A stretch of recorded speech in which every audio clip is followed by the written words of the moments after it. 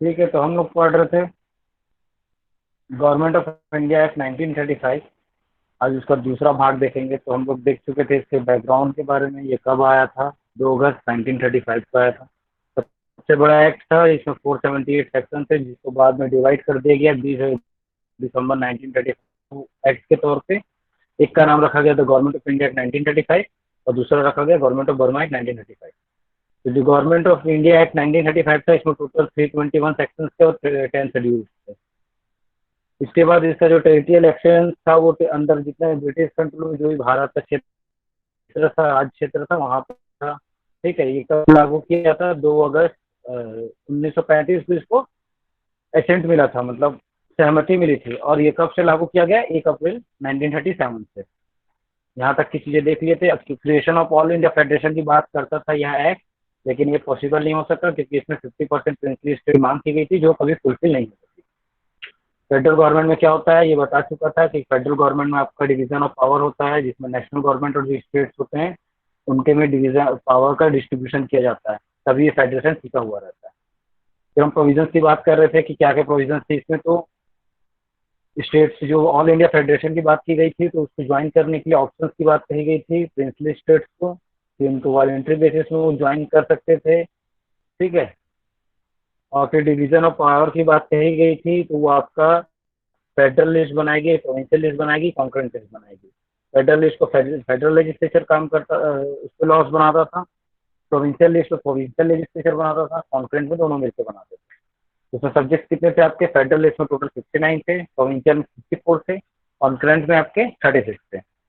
हमेशा से कोई भी चीजें होती थी तो उसमें फेडरल लेजिस्लेचर सुपीरियर पोजीशन में होता था, और जो रेसिड्यूरी पावर होती थी वो सारी वाइसराय के पास होती थी।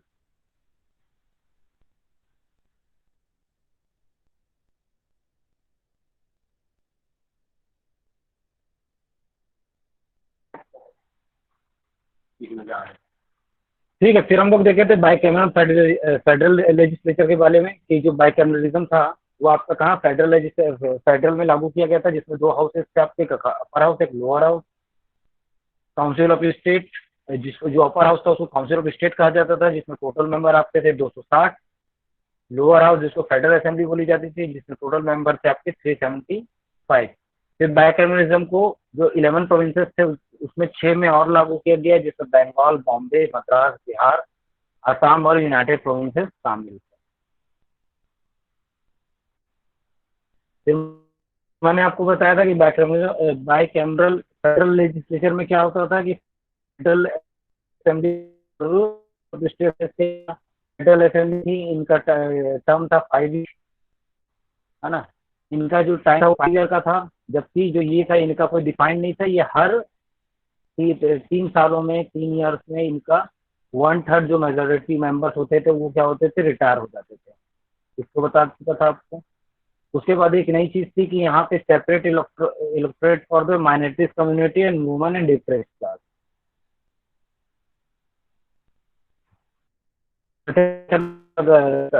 प्रावधान अधिनियम के द्वारा, जिसमें माइनॉरिटी कम्युनिटी, वुमेन्स और डिप्रेस क्लास के लोगों के लिए पृथक निर्वाचन मंडल रखा गया था। फिर लेजिस्लेचर पावर रेस्ट्रिक्टेड के मैं आपको अच्छे से समझा चुका था कि गवर्नर जनरल के पास बहुत सारे कंट्रोल थे, जैसे आपके लेजिस्लेटिव और आपके एडमिनिस्ट्रेटिव, दोनों पावर उसके पास थे। कि कोई बिल पास हो रहा है तो वो दोनों हाउस से अगर पास हो रहा है, तो अगर नहीं हो पा रहा है वो बिल, तो उसको क्या कर सकता है? अमेंड करवा सकता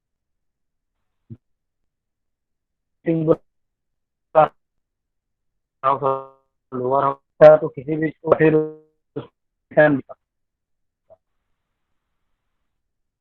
हम लोग की बात ये थी, इसको भी हम डिस्कस कर चुके हैं लेक्चर में, क्या सर क्या आवाज अच्छे से फैमिली नेम क्लियर नहीं थी। हो पा रही। ठीक है, और आपको जो सर आवाज अच्छे से नहीं करिए। डायरकी आपकी लागू, जो डायरकी था प्रोविंसेस में, उसको खत्म कर दिया गया था। अब आ रही है? Yes sir. अब आवाज आ रही यस है? सर। हाँ सर, अभी आ रही है। ठीक है, फिर मैं इसको आगे आपको बताया था कि डायरकी एबॉलिश कर दी गई थी और provincial administration charge under popular ministers के पास रहता था, जिसको अपॉइंट कौन करता था? गवर्नर करता था। और वो जो मिनिस्टर्स होते थे वो किसके रिस्पॉन्सिबल होते थे? जो मिनिस्टर्स होते थे वो गवर्नर के प्रति अपनी रिस्पॉन्सिबिलिटी या जवाबदेही तय करते थे, और गवर्नर के पास ये पावर दे दी गई थी कि वो किसी भी जो भी उसको अगर लगे था मिनिस्टर के किसी काम को, तो वो उसको हटा सकता था उनको, या फिर अपना एडमिनिस्ट्रेशन लागू कर सकता था। यहाँ तक की चीजें हमने देखी थी। अब बात करते हैं जो Indian council of secretary of state था, जो आपका कब बना था, इसको याद है? 1858 के 61? बताओ। 58। हाँ ठीक। 1858 में एसओएस बना था ना? Yes sir. 1858 1858 में एसओएस बना था, तो उसको यहाँ पे क्या किया गया, खत्म कर दिया गया पूरी तरह से। ठीक है, Indian council of secretary of state जो था, और प्लस उसके जो काउंसिल मेंबर थे, दोनों को खत्म कर दिया गया। उसके जितने भी पावर्स थे, जो भी पावर्स अब तक जो काउंसिल, जो आपका SOS and council member use करते थे, ठीक है, उसके पावर्स, उसकी अथॉरिटीज, उसका जुरिडिक्शन, सारी चीजें ट्रांसफर होके किसके पास चले, इंग्लैंड के पास, मतलब आपका ब्रिटिश पार्लियामेंट के पास से पहुंच गई थी, है ना। तो यहाँ पे Indian council of secretary of state था, इनको तो वो हटा दिए, लेकिन अब इसकी जगह पे उन्होंने एक एडवाइजरी बोर्ड की स्थापना की। ठीक है, आप लोगों ने व्हाइट पेपर रिपोर्ट पढ़ी थी, तो जब पढ़ाया गया था तो उसमें आपको बताया था कि एक एडवाइजरी बोर्ड की मांग की गई है। ठीक है, तो यहाँ पे उन्होंने क्या किया, Indian council of secretary of state को खत्म करके उसके जगह पे एक एडवाइजरी बोर्ड बनाई गई, जिसमें मिनिमम 3 और मैक्सिमम 6 मेंबर, मतलब 3 से 6 टोटल मेंबर होते थे, जो इंडिया से रिलेटेड चीजों को गवर्न करने के संबंधित चीजों के पे एडवाइजरी इशू करते थे या बनाते थे।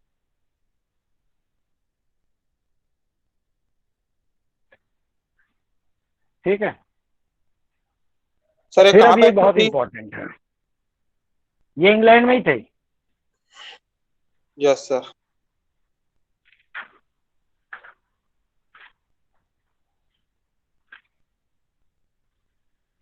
अब देखते हैं हम लोग, इसमें बहुत इंपॉर्टेंट एक चीज था आपका फेडरल कोर्ट। फेडरल कोर्ट मतलब जैसे आज के जो सुप्रीम कोर्ट है, तो उसके पहले फेडरल कोर्ट हमारे पास था।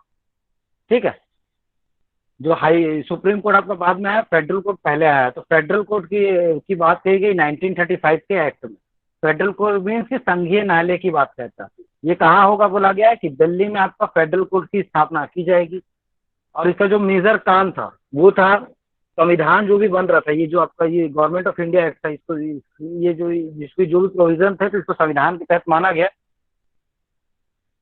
तो इसके जितने भी उपबंध दिए गए हैं, उनके प्रोविजन दिए गए, तो उसको इंटरप्रेट करना, उसका निर्वचन करना तथा उसको प्रोटेक्ट करना। निर्वचन करने का तात्पर्य समझते हैं आप लोग? इंटरप्रेट करने मतलब नो सर।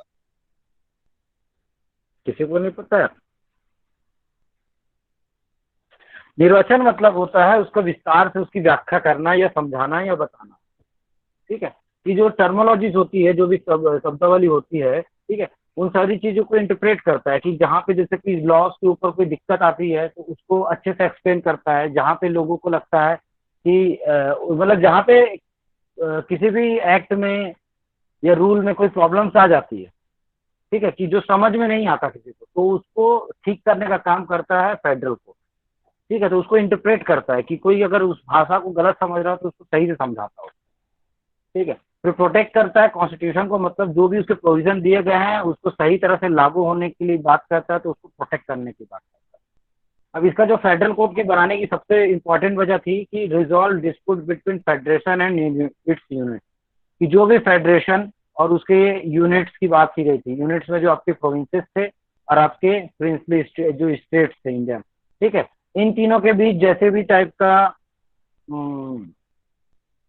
विवाद हो, डिस्प्यूट अराइज हो, कि दोनों राज्य एक फेडरेशन और आपका किसके बीच हो जाए, प्रोविंस के बीच हो जाए, चाहे वो किसी लॉ को बनाने के ऊपर हो जाए, ठीक है, कभी वो किसी वो मॉनिटरियल चीजों को लेके हो जाए। जैसे मैं कल आपको बताया था ना एक तो केस, कि महानदी का पानी उड़ीसा में जाता है, तो अगर जो छत्तीसगढ़ राज्य अगर सारा पानी छत्तीसगढ़ में रोक ले, और जो महानदी का पानी को पूरा यहीं रोक ले, और वो पानी आपका कहाँ नहीं जाएगा, उड़ीसा नहीं जाएगा, तो ऐसे जब इस टाइप की जो चीजें होंगी, तब वो कहाँ पे जो उड़ीसा तब वो किसके पास जाएगा, कोर्ट के पास जाता है।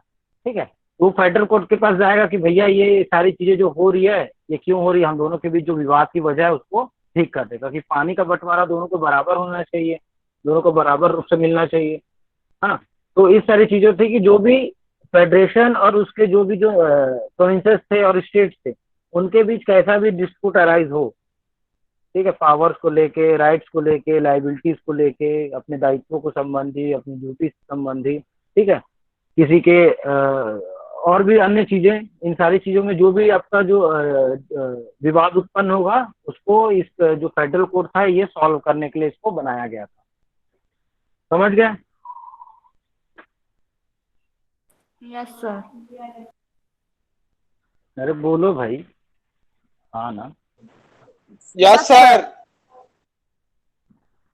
ठीक है, फिर अब देखिए कि अब ये जो फेडरल, देखो फेडरल कोर्ट, हाई कोर्ट और आपका सुप्रीम कोर्ट, ये आपका लास्ट यूनिट का टॉपिक है, तो इसको हम लोग बहुत ज्यादा डिटेल से उस समय पढ़ेंगे। ठीक है, अभी आप तो एक मोटा मोटी देख लो और उसको समझ के नोट कर लो ताकि बाद में काम आएगा।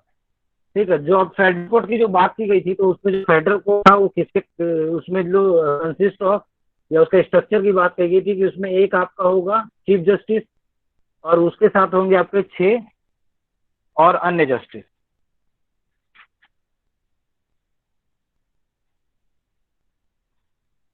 ठीक है, कितने होंगे? 1+6। सर ऐसा क्यों था, एक और एक और 6 अलग बताओ ना एक थोड़ी। मुख्य न्यायाधीश और उसके साथ अन्य न्यायाधीश। अच्छा, उन एक उन देखो, कोई सभा समिति, सुनो, कोई भी सभा समिति जब बनती है तो उसमें एक मुखिया बनाया जाता है ना, तो एक मुखिया के नाम से 1+6 के बोला जाता है। होने के लिए यस, सभी वो क्या बोलते हैं, जस्टिस ही है, लेकिन ये इसमें क्या था कि 1+6 बोला जाता है। मतलब एक वो जो एक फेडरल, था वो मेन था, जो एक अरे मुख्य सात के सात मेन थे, लेकिन देखो जब किसी सभा की बात करते हैं तो उसमें एक हेड होता है ना, मुखिया, जो बाकी यस, सब चीजों को कंट्रोल करे, तो उसलिए वहाँ एक चीफ जस्टिस आवाज बनाया कट जाता रही था, है मुख्य सर। न्यायाधीश, है ना। और उसके साथ 6 अन्य जस्टिस थे, तो उनको इनको मिला के पूरा फेडरल कोर्ट तैयार होता था, जो कहाँ बैठता था आपका, दिल्ली में। ठीक, उस समय दिल्ली था तो वो दिल्ली में बैठते थे। अब इनका जो टर्म था या इनका जो समय अवधि थी कि कितने समय तक इनका कार्यकाल चलेगा, इनका कार्यकाल का समय, तो वो था इनकी जब तक उम्र 65 वर्ष को पूरी नहीं कर जाती, अप टू 65 ईयर। ठीक है, जब तक ये 65 साल के नहीं हो जाते तब तक ये अपना ये काम को कर सकते थे। ठीक, अब 65। इसका जो है कि 65 साल की उम्र तक, 65 साल में ये रिटायर हो जाते थे, मान के चलो 65 साल की उम्र तक ये जस्टिस का पद ग्रहण कर सकते थे फेडरल कोर्ट में। ठीक, अब इनका टर्मिनेशन की बात है। ठीक है, अपॉइंटमेंट इनका कौन करता था? अपॉइंटमेंट द गवर्नर जनरल से। ठीक, इसको हम लोग आगे पूरा अच्छे से डिटेल में पढ़ेंगे तो बहुत अच्छे समझ लेना, अभी इसके हिसाब से समझ लो कि जो termination on the ground of mental और फिजिकल इलनेस एंड मिसबिहेवियर, तो इनका जो भी देखो, अब ये इनको 65 साल की उम्र तक इनको बैठ सकते थे ये, है ना। इसका एक चीज छूट गया है,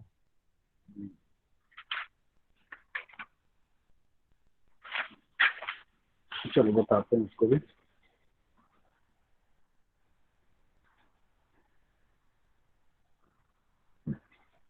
ठीक है, तो 65 साल की उम्र तक ये अपना जो भी समय अवधि थी इनकी, अपना पूरा कार्यकाल था जो था इनका, वो उसको 65 वर्ष तक पूर्ण कर सकते थे।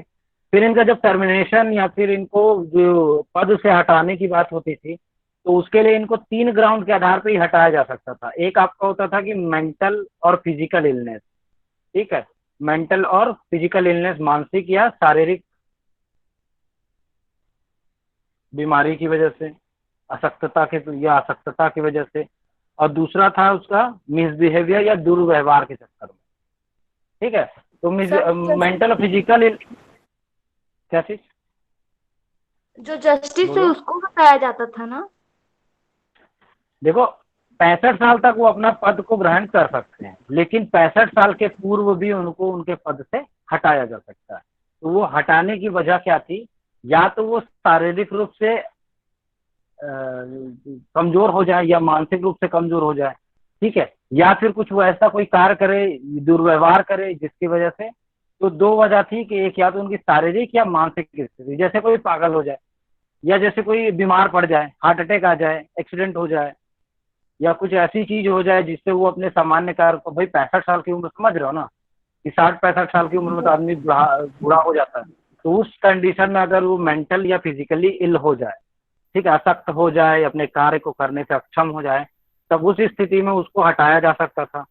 दूसरा, या उसने कोई मिसबिहेवियर किया है, ठीक है, ऐसा कोई दुर्व्यवहार किया है किसी अन्य के साथ, मतलब खुद ही कोई गलती किया है, ठीक है, वो खुद क्या बोलते हैं न्यायाधीश है, लेकिन उसने ही कुछ ऐसा लॉ तोड़ दिया, उसी ने कुछ कॉन्स्टिट्यूशन के बंधों का उल्लंघन कर दिया जो इसमें बताया गया है, उसी ने मर्डर कर दिया, उसी ने कोई चोरी कर ली, उसी ने कुछ ऐसा फ्रॉड कर लिया, ठीक है, तो ये सारी चीजें उसके मिसबिहेवियर की चीज में आती थी। तो ये दो रीजन के आधार पर उसको क्या किया जा सकता था,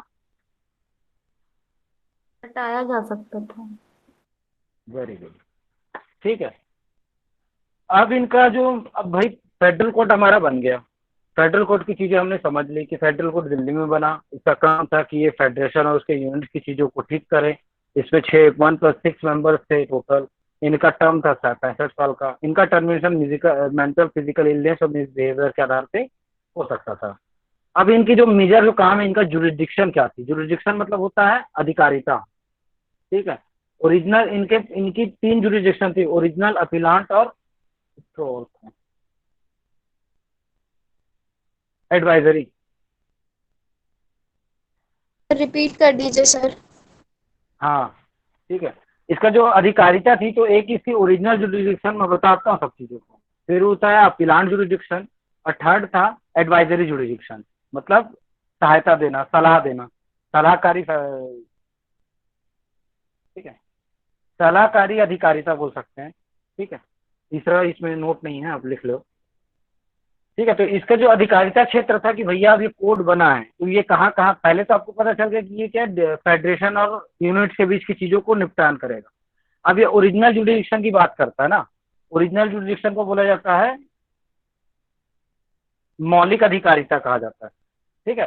तो मौलिक अधिकारिता का एक चीज को समझ लेना एक बार, क्योंकि जो आपका फेडरल कोर्ट की जो चीजें हैं, वही चीजें आपकी सुप्रीम कोर्ट में कॉपी हो जाएगी, ठीक है, और वही सुप्रीम कोर्ट जब भारत आजाद होगा तो उसमें एज इट इज वो आ जाएगी, सारी वही कंडीशंस है। कॉन्स्टिट्यूशन ऑफ इंडिया के आर्टिकल 124 में सुप्रीम कोर्ट को डिस्क्राइब किया गया है, ये भी एक चीज नोट करके रख सकते हैं इसके लिए, है ना। तो अब देखते हैं जुरिडिक्शन की बात कर रहे हैं ना। ओरिजिनल जुरिडिक्शन में क्या होता है कि जब भी किसी फेडरेशन और यूनिट्स के बीच कोई डिस्प्यूट अराइज होगा, ठीक है, तब उसको रिजॉल्व करने का पावर सिर्फ और सिर्फ जो हाईएस्ट कोर्ट को होता है, तो उस यहाँ पे उसको फेडरल कोर्ट को मिला था, ठीक है, बात समझे। सब प्रीवी काउंसिल था ना हेड तो।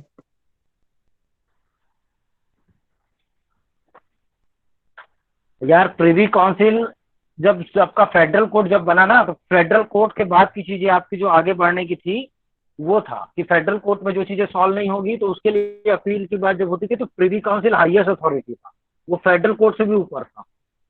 लेकिन यहाँ पे बात हो रही है इंडिया की, जो इस वाले एक्ट के तहत, कि जो भी ब्रिटिश इंडिया जो पोजीशन में था, यहाँ पे अगर किसी आपका प्रोविंस में और फेडरेशन में, ठीक है, सॉरी, फेडरल जो गवर्नमेंट है, ठीक है, वहां दोनों में अगर कोई डिस्प्यूट अराइज होगा तो उसको सॉल्व करने का पावर इसको ओरिजिनल जुरिडिक्शन के तहत फेडरल कोर्ट को दी गई। तो यस सर। पहला हो गया आपका जब फेडरल और प्रोविंसेस में कोई डिस्प्यूट अराइज हो। दूसरा है जब प्रोविंसेस और प्रोविंसेस में डिस्प्यूट अराइज हो, कि दो राज्यों के बीच, तो दो जो प्रांत थे उनमें भी तो डिस्प्यूट अराइज हो सकता है, कोई विवाद उत्पन्न हो सकता है तब। तीसरा होता है कि जब फेडरेशन और स्टेट के साथ मिलके एक अन्य प्रांत के साथ कोई क्या बोलते विवाद उत्पन्न होता है, हम सारी चीजों को बोला जाता है आपका ओरिजिनल जुरिडिक्शन। समझ गए। Yes sir. Yes sir.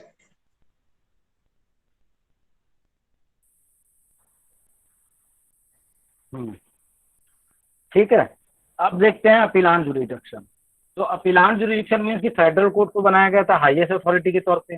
इसके नीचे आपका आता था हाई कोर्ट, उसके नीचे जो भी अदर कमिश्नरी कोर्ट थे वो सब थे। ठीक है, तो क्या होता है कि अगर हाई कोर्ट का कोई मामला है उस पे आपको उसकी सुनवाई से आप खुश नहीं है या उसके सेटिस्फाई नहीं है उसके निर्णय से, तब आप क्या कहते हैं, चाहते हैं कि उससे ऊपर का कोर्ट जाए।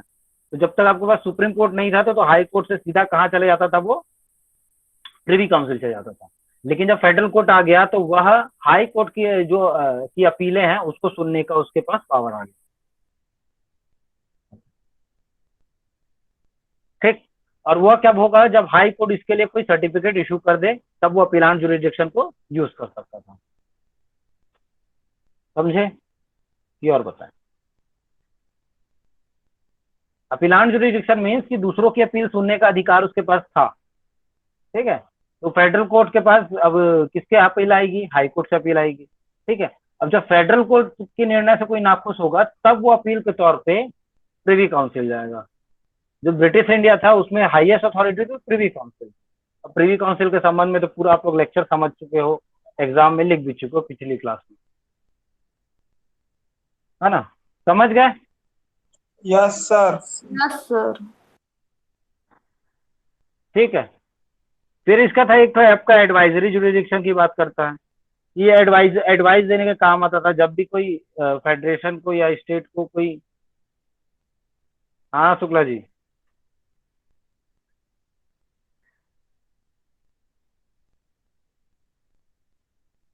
क्या बोला था। हाँ, एडवाइजरी की बात है कि जब भी अगर जैसे गवर्नर जनरल को लगे कि किसी मामले में उसका एडवाइस चाहिए तब वो क्या होता था, फेडरल कोर्ट से एडवाइस मांग सकता था और वो तब उसको फेडरल कोर्ट एडवाइस देगी किसी भी लीगल मैटर से रिलेटेड, या किसी भी कोई उनको कोई पॉलिसीज बनानी है उसको उसको किसकी मदद चाहिए तो वो मदद करने के लिए हमेशा वो रहता था।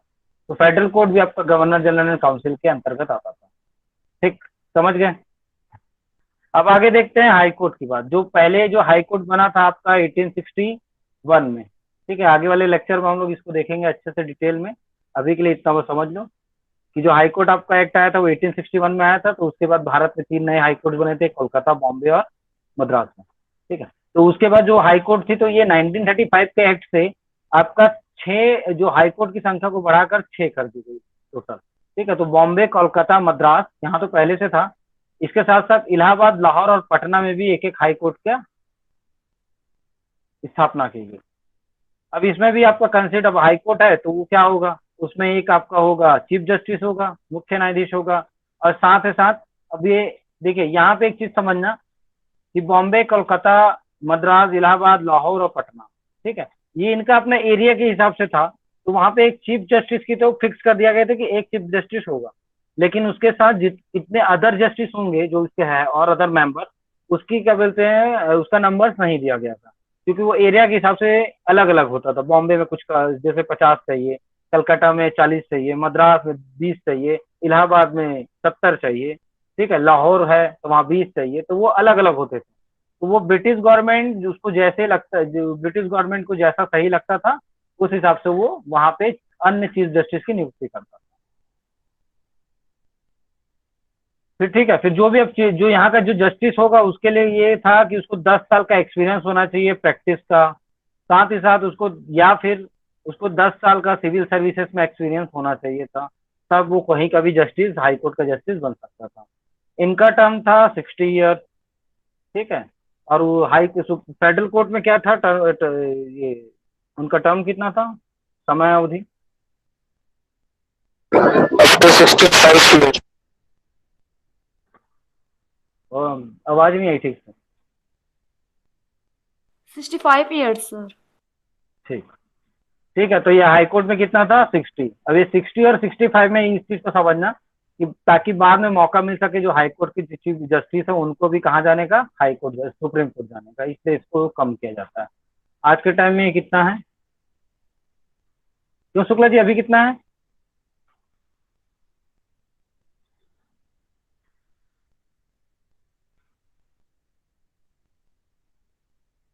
शुक्ला जी सुन रहे हैं, चलो ठीक है। तो फिर अब इनका टर्मिनेशन की बात करते हैं कि इनके 60 ईयर तक के जो टाइम पीरियड था उसके इनका टर्मिनेशन होता था, ये इसका सेम था। ये भी इनका मेंटल, फिजिकल इलनेस और मिसबिहेवियर के आधार पर इनका टर्मिनेशन हो सकता था।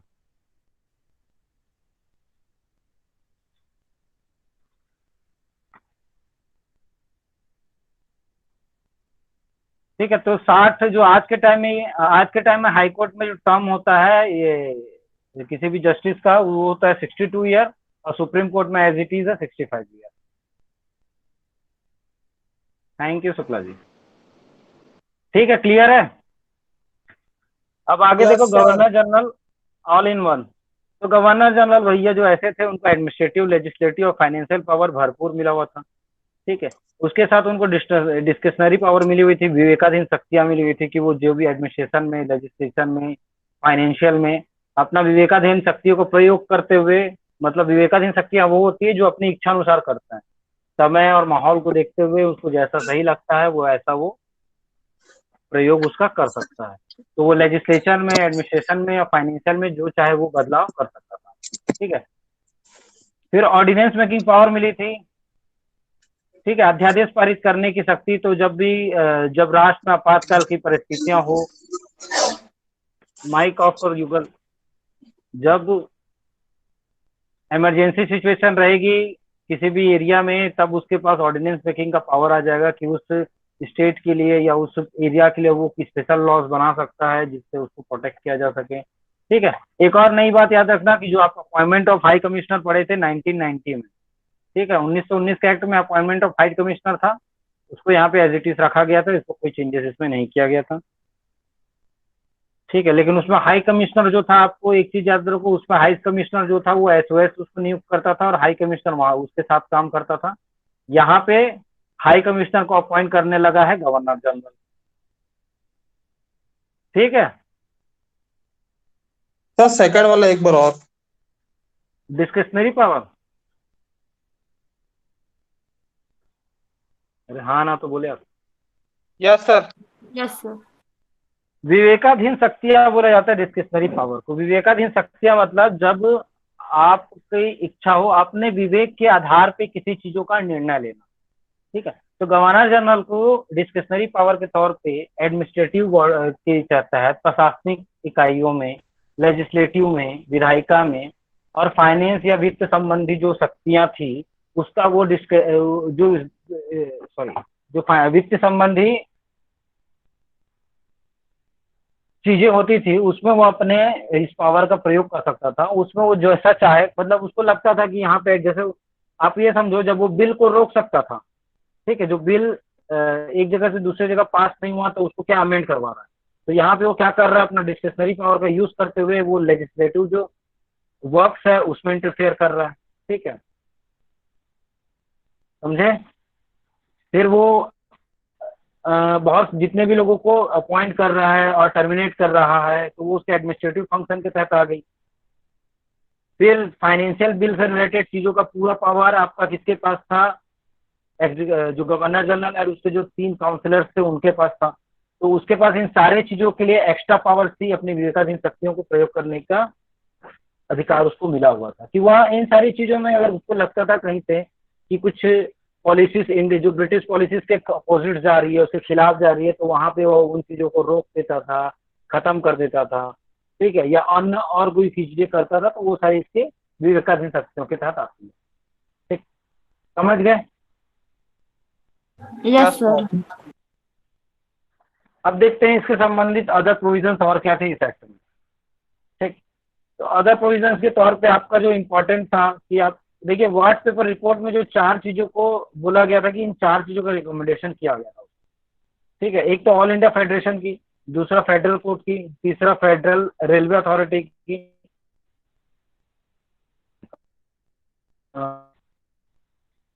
एडवाइजरी बोर्ड का। तो अभी तक वो सारी चीजें फुलफिल हो गई थी इस एक्ट के तहत। अब देखते हैं इसमें कि अदर प्रोविजन के तौर पे क्या क्या था आपका। एक फेडरल रेलवे अथॉरिटी की बात की गई। फेडरल रेलवे अथॉरिटी जो रेलवे का, उनका जो मेन काम था वो रेलवे लाइन का मैन्युफैक्चरिंग करना, उसका मेंटेन करना, उसका कंट्रोलिंग करना, ठीक है, उसका रख रखाव करना, इन सारी चीजों के लिए आपका इसको बनाया गया था रेलवे संघीय रेलवे प्राधिकरण या फिर आपका फेडरल रेलवे अथॉरिटी। ठीक है, जो भी रेल से संबंधित चीजें थी ट्रांसपोर्टेशन, उसको गवर्न करने के लिए एक अलग से फेडरेशन बना दिया गया था। अब इसका जो इसमें जो फेडरेशन था, इसमें आपके टोटल मेंबर्स होते थे 7। ठीक, टोटल आपके 7 मेंबर्स होते थे, जिसमें से 3 मेंबर्स को अपॉइंट करने का पावर दिया गया था गवर्नर जनरल। तो ये जो गवर्नर जनरल के यहाँ पे फेडरल रेलवे अथॉरिटी में कितने मेंबर्स थे? टोटल 7 मेंबर्स थे। ठीक है, और 7 मेंबर्स में से 3 मेंबर्स को अपॉइंट करने का पावर रखता था गवर्नर जनरल।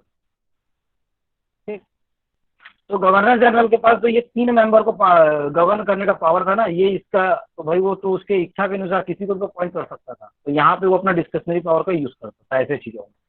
ठीक है, वो अपनी इच्छा अनुसार किसी को भी बना सकता था, है ना, समझ गए। तो टोटल 7 मेंबर थे, 3 अपॉइंट बाय होते थे किससे, गवर्नर जनरल के थ्रू।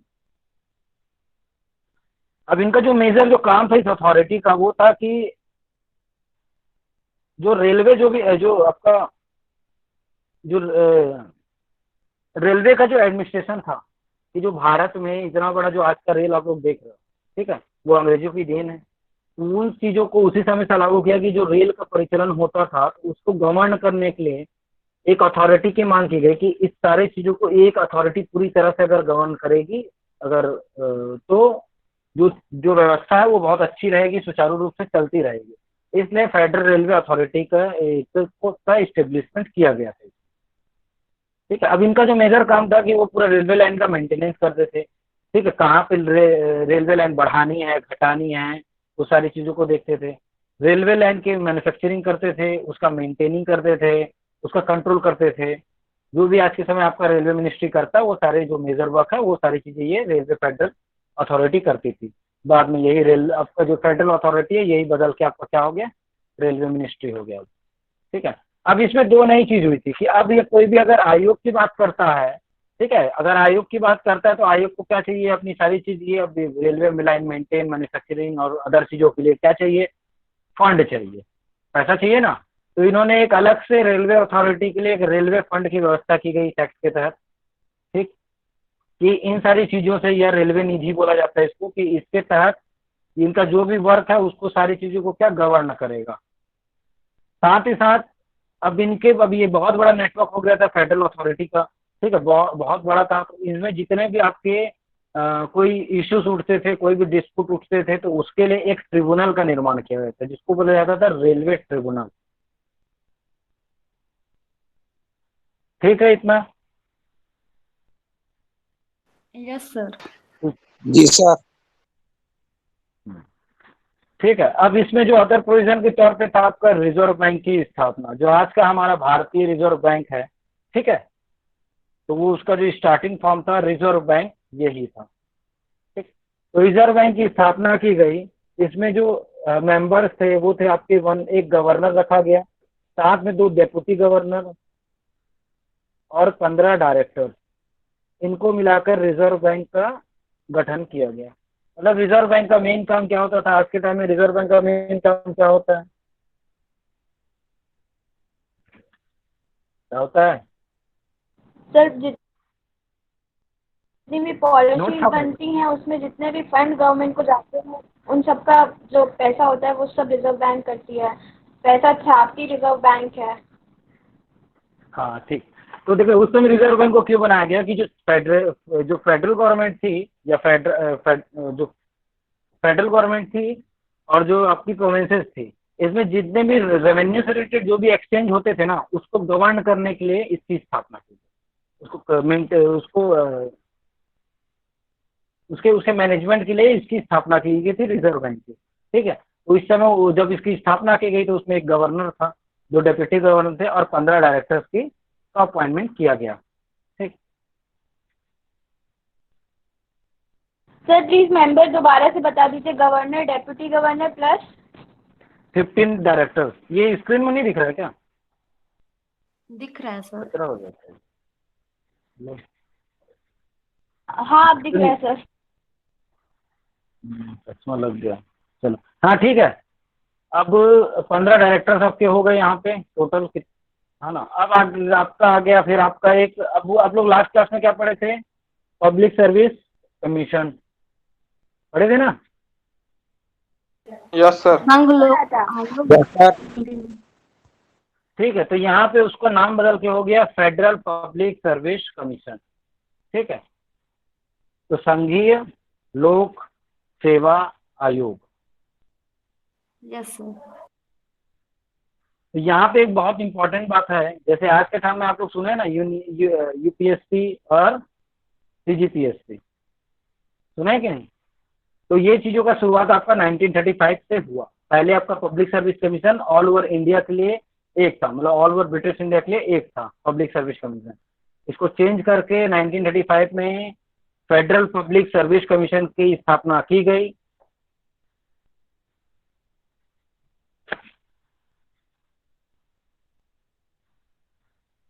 तो उसमें आपका जो सेंटर था उसके लिए यूनियन पब्लिक सर्विस कमीशन को अपॉइंटमेंट रखा गया, और प्रोविंसेस के लिए प्रोविंसेस पब्लिक सर्विस कमीशन को बनाया गया।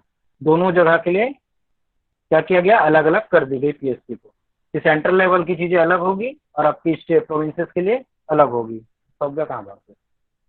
ठीक है, अब जैसे अगर कहीं दो राज्यों को या दो प्रोविंसेस के लिए, दो प्रोविंसेस हैं, ठीक है, दो प्रोविंसेस की जो जैसे दो छोटे छोटे प्रोविंसेस है, तो उसमें अलग अलग पब्लिक सर्विस कमीशन ना बनाकर दो या दो से अधिक जो हैं उनको मिलाकर एक ही प्रोविंस पब्लिक सर्विस कमीशन बनाया जा सकता है। मतलब जो दो प्रांत हैं तो दो प्रांतों को मिला के एक पब्लिक सर्विस कमीशन बना दिया जाता है। ठीक है, और वही इन चीज़ों को काम कर दिया। अब इनका जो पब्लिक सर्विस कमीशन है तो उसका मेन काम क्या था, रिक्रूटमेंट कराना, भर्ती करवाना, एग्जामिनेशन लेना, सर्विस लिस्ट तैयार करना, और उसके बाद डिसिप्लिनरी एक्शंस लेना।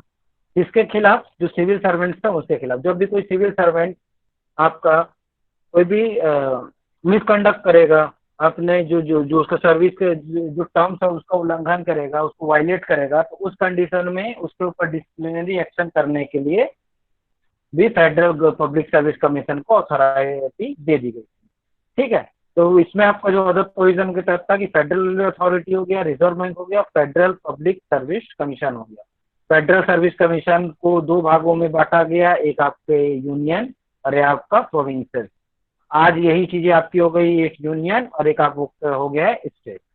ठीक है, ये आपका कॉन्स्टिट्यूशन में दिया गया है 323, 314, 15, इसको देखना पड़ेगा 14-15 में। ठीक है, तो ये इतना याद रख लो, ये प्रोविंसेस। तो ये जो चीजें जितनी आपको दिख रही है ये सारी चीजें कॉन्स्टिट्यूशन में एज इट इज कॉपी की गई है।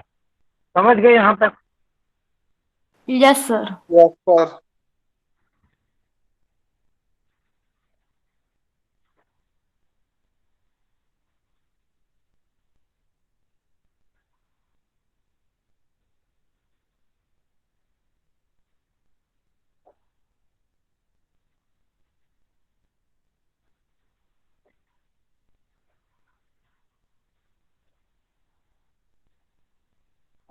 हाँ ठीक है, अब लास्ट है, थोड़ा सा इस पे चला गया होगा, मैं लाता हूँ।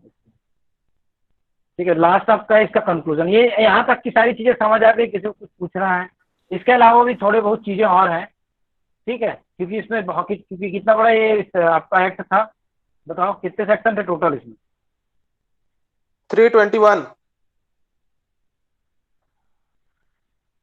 Very good.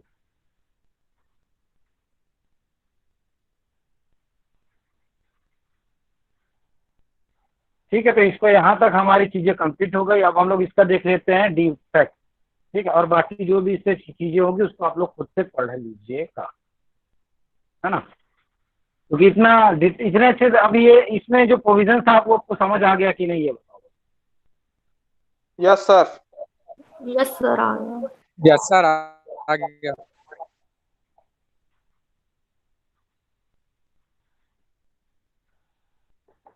चलो, तो अब इसमें डिफेक्ट देखते हैं कि इसका डिफेक्ट क्या था। पहला कि जो यहाँ पे देखिए डायरकी जो पोजीशन है वो हमेशा डिफेक्ट में आते रहेगी, जब तक डायरकी चलते रहेगी आपका वो एक डिफेक्ट के तौर पे उसको गिना जाएगा। ठीक है, तो डायरकी कैसे आपका डिफेक्ट में थी बताओगे कोई मेरे को। सेम जो पुरानी वाली चीजें थी वो इसमें कॉपी हो जाएगा, बोलो।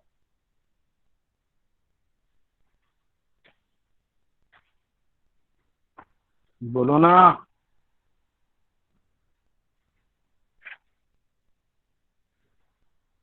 नहीं पता। Very yes sir. गुड, कौन बोला? अरे भाई, पिछले बार में डायरेक्टरी के फेलियर होने के क्या कारण थे बताओ? 1919 के एक्ट में फेलियर ऑफ डायरेक्टरी पढ़े थे ना, क्या कारण थे, क्या रीजन थे पहले? यस सर, मंत्रियों को ना उसके विभाग का आधा आधा काम दिए थे, और उनको मतलब स्वतंत्रता नहीं थी ज्यादा, और उन पर ना वो प्रांतों पर वो गवर्नर तो जनरल का यहाँ वो पर था भी यही चीजें हुई। अधिकार। देखो, जो सब्जेक्ट लिस्ट था, जो फेडरल लिस्ट में जो 59 सब्जेक्ट थे, ठीक है, उन सब्जेक्ट्सों को दो भागों में तोड़ा गया। एक आपका रिजर्व लिस्ट और एक आपका ट्रांसफर लिस्ट। तो रिजर्व लिस्ट की चीजों में भी वही प्रॉब्लम आई जो पिछले बार प्रोविंसेस में आई थी, ठीक है, कि उनके पास सही से अथॉरिटी नहीं थी। फिर आपका जो था कि जो ट्रांसफर लिस्ट की चीजों पे लॉ बनाने का पावर जो दिया गया था मिनिस्टर्स को, लेकिन उसके ऊपर बना रखा गया था कि इसको गवर्नर एड एंड एडवाइस से बनाता था, बोले ना। तो वहां पे भी दिक्कत आने लगती थी, इसलिए ये फिर फेल हो गया। फिर यहाँ पे दूसरे जो चीजें, ऑप्शन फॉर स्टेट, यहाँ पे जो इसका मेन जो ऑल इंडिया फेडरेशन की मांग की गई थी, उसके लिए क्या था कि ऑप्शन रखा गया था स्टेट्स को ज्वाइन करने के लिए, और वो ऑप्शन ऐसा था जो कभी फुलफिल ही नहीं हुआ। ठीक। Yes, sir. Yes sir.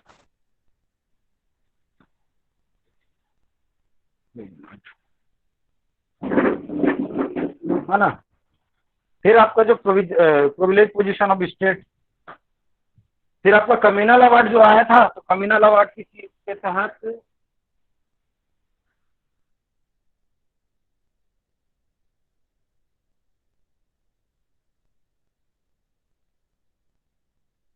Sir, third वाला. हाँ रुको बता रहा हूँ। थर्ड वाला थोड़ा सा कम्युनल अवार्ड की चीजें जो थी, देखिए कम्युनल अवार्ड को समझना कि कम्युनल अवार्ड में जो सेपरेट इलेक्टोरेट की बात की गई थी, इलेक्टोरेट की बात की गई थी ना, यही सबसे बड़ा डिफेक्ट माना गया इसको, कि भारत को तोड़ेगा जोड़ेगा इन सारी चीजों को लेते हुए।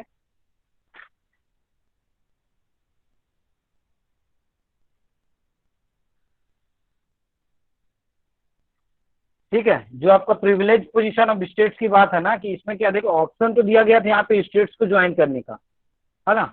यहाँ पे जो आपका स्टेट था, इनको बोला गया कि था कि 50% स्टेट ज्वाइन करेंगे तो ऑल इंडिया फेडरेशन बनेगा, जो कभी पूरा नहीं हुआ। क्यों नहीं हुआ? कि 50% स्टेट ज्वाइन नहीं किए, लेकिन कुछ लोग ज्वाइन किए थे। ठीक है, तो यहाँ पे जो प्रिविलेज पोजीशन थी वो स्टेट्स की, वो इसलिए बोला जाता है कि जो भी यहाँ के जो स्टेट्स के जो मेंबर्स होते थे वो हमेशा गवर्नर जनरल के लॉयल होते थे, उसके प्रिय होते थे। ठीक है, जिससे वो उस स्टेट का भला नहीं हो पाता था। कि भाई सीधी बात है कि वो जब स्टेट की तरफ से, मतलब वो अगर वो उसके प्रति लॉयल रहेगा गवर्नर जनरल के, तो गवर्नर जनरल कभी भारत का डेवलपमेंट के तो नहीं सोचता था, पब्लिक के वेलफेयर के लिए तो कुछ ज्यादा चीजें करते नहीं थे उन लोग। ठीक है, तो वो उसमें क्या होता था, इनकी पोजीशन एक सिर्फ नाम मात्र की रह जाती थी। फिर जो कम्युनल अवार्ड किया गया था,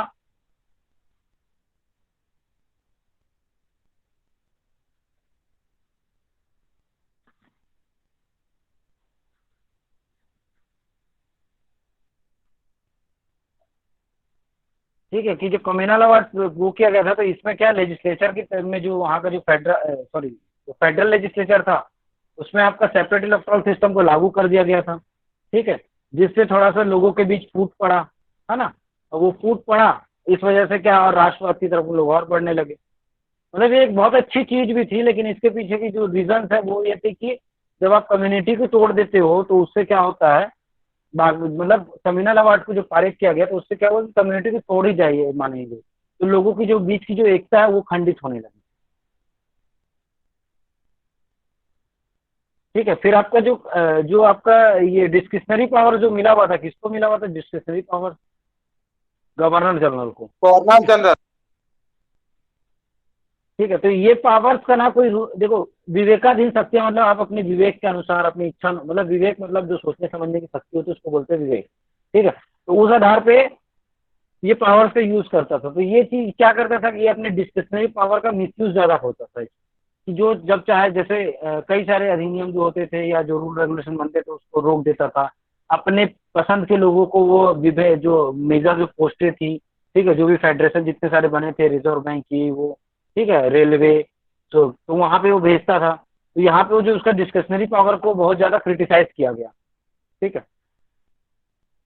और जो अब ये आप मिसट्रस्ट ऑफ इंडियन, जिसको समझना कि आपने इतने सारे प्रोविजन पढ़े, तो इसमें जो आज का जो करंट सिचुएशन है उसको ऑब्जर्व करते हुए उस चीज को समझो कि इंडियंस का उसमें ट्रस्ट होना चाहिए था कि नहीं, कि जो ये एक्ट के प्रोविजन डाले गए थे वो, ठीक है।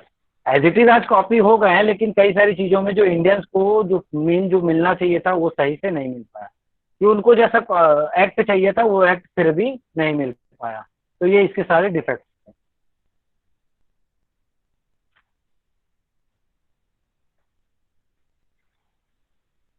Yes sir. Yes sir.